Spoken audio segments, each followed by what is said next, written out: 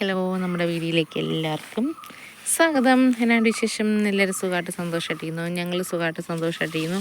അപ്പോൾ നാൻ്റെ മുട്ടപ്പഴം ഒത്തിരി പൂത്തിട്ടുണ്ടേ. ഒത്തിരി വെച്ചാൽ ഒത്തിരി പൂത്തിട്ടുണ്ട്.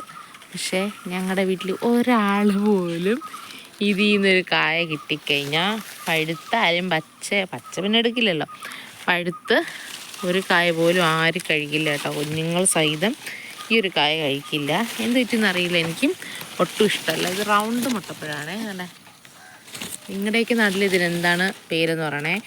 ഒത്തിരി ഉണ്ട്, പക്ഷേ ഇവിടെ കുഞ്ഞുങ്ങളായ പോലും ഞാനായ പോലും ആരും കഴിക്കില്ല കേട്ടോ. ആരെന്ന് വെച്ചാൽ ആർക്കും ഇഷ്ടമല്ല. കുറേ മിക്ക ഇവിടെ കാഴ്ച കഴിഞ്ഞാൽ മിക്ക ദിവസം പശു ഉണ്ടായിരുന്ന സമയമാണെങ്കിൽ ഇങ്ങനെ ഒടിച്ചതോടെ ഇങ്ങനെ ഒടിക്കില്ലേ, കൊത്തോടെ ഇങ്ങനെ ഒടിച്ച് പശുവിന് അങ്ങിട്ട് കൊടുക്കുന്നത്. പശു തിന്നുമായിരുന്നു. പശു തിന്ന് പുഷ്ടിപ്പെടുമായിരുന്നു. പശു കഴിച്ചിട്ട് നമുക്ക് പാല് തരുമായിരുന്നല്ലോ. പക്ഷേ ഇപ്രാവശ്യം എല്ലാം നിൽപ്പുണ്ട്. ഇവിടെ കുഞ്ഞുങ്ങൾക്ക് പോലും ഇഷ്ടമല്ലെന്നാണ്. അതിൻ്റെ ടേസ്റ്റ് എന്തോ വല്ലാത്തൊരു വേറെ ടേസ്റ്റാണ് കേട്ടോ. എന്താ, എനിക്ക് വലിയ പ്രിയമൊന്നുമല്ല. നിങ്ങളുടെ നാട്ടിൽ ഇതിനെന്താണ് പേര് പറയണമെന്നൊന്ന് കമൻറ്റ് ചെയ്തേരെ. ഏതാണ്ട് ഇതാണ്. ഇവിടെ ഇത്തിരി കായ്ച്ചിട്ടുണ്ട്. ഒത്തിരി കായ്ച്ചിങ്ങനെ കൊല്ലം കുത്തി കായ്ച്ച് കിടക്കുന്നതാണ് ഈ പറയാം. ഇല നിൽക്കുന്ന കണക്ക് തന്നെ പൂവ് നിൽക്കണം കേട്ടോ.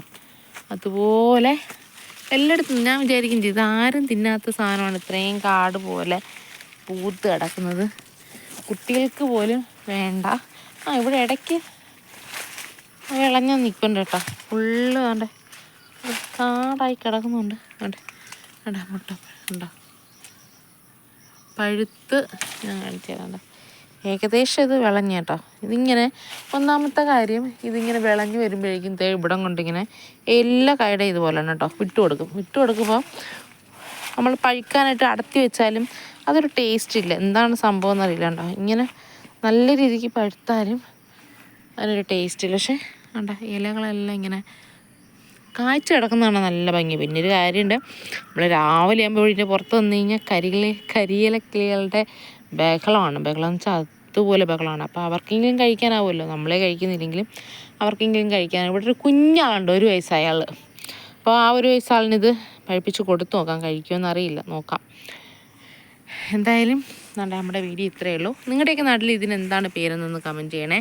അതുപോലെ ഒരുപാട് നല്ല ഭംഗിയുണ്ട് കേട്ടോ. പൂത്ത് വയ്ക്കുന്ന കാണാൻ നല്ല ഭംഗിയുണ്ട്. അപ്പോൾ നിങ്ങളുടെയൊക്കെ നാട്ടിൽ ഇതിന് എന്താണ് പേരെന്നൊന്ന് കമൻറ്റ് ചെയ്തേണേ. അപ്പോൾ പുതിയൊരു വീഡിയോ ആയിട്ട് കാണുന്നേരെ ബൈ.